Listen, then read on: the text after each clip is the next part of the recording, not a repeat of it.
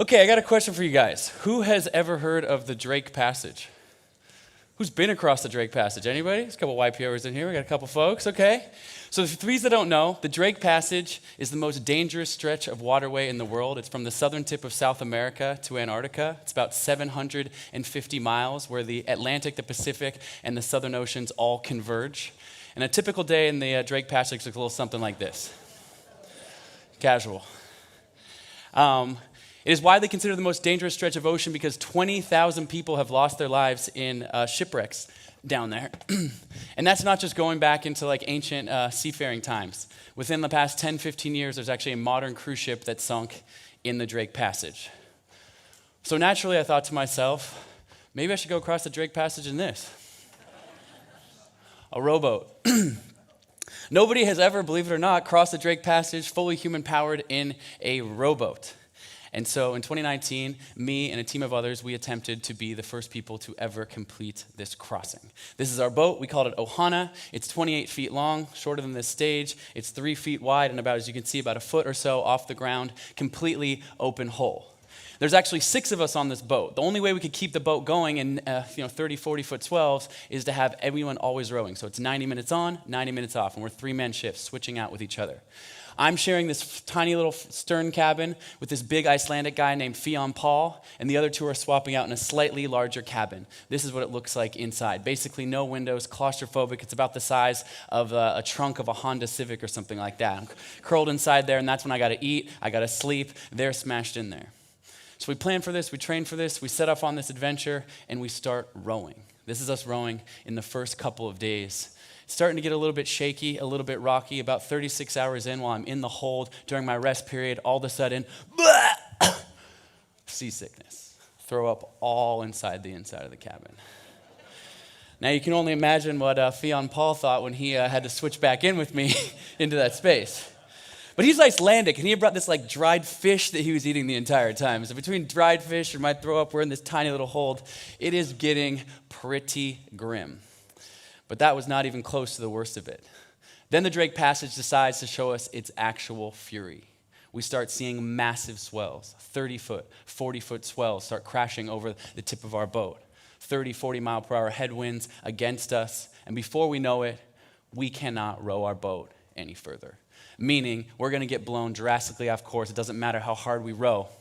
So the only thing to do is we throw out underneath us what's called a sea anchor. It's like a parachute under the boat that holds us into place. And then we have to get inside the hold. But as you can see from here, it's way too dangerous to actually be out on the deck. So now all 6 of us have to go into these holds, 4 on one side, and me and Fionn Paul holding ourselves in our survival suits in the trunk of this Honda Civic, basically, in a fetal position, hanging on for dear life as our boat gets smashed around in 30, 40-foot swells. Not to mention the throw-up that's still kind of seeping around the bottom of the hold. I can quite honestly say this is the most uncomfortable moment I've ever experienced. We talk about how to live a long life. I'll tell you how not to live a long life. Be sleep deprived, be hungry, be tired, be cold, be miserable, be away from all your friends and family. It's a recipe for rapid decline. And we felt that. That storm lasted 25 hours. 2 days more of rowing, another 25 hours. We repeated that cycle 5 times over the next 13 days. But on the 13th day, to my very great relief, someone yells out, "Land ho! Land ho!" It's actually not land. The first thing we see is icebergs coming off the coast of Antarctica. There's penguins, they're on the icebergs, they're diving out into the ocean. We have humpback whales that are, just jumping off the front of the boat. It's angelic, it's amazing. We keep rowing, and eventually we approach the shores of Antarctica, and we light our flares in celebration of this moment, one of the best moments of my entire life, as we become the first people in history to cross the Drake Passage successfully in a rowboat. Thank you.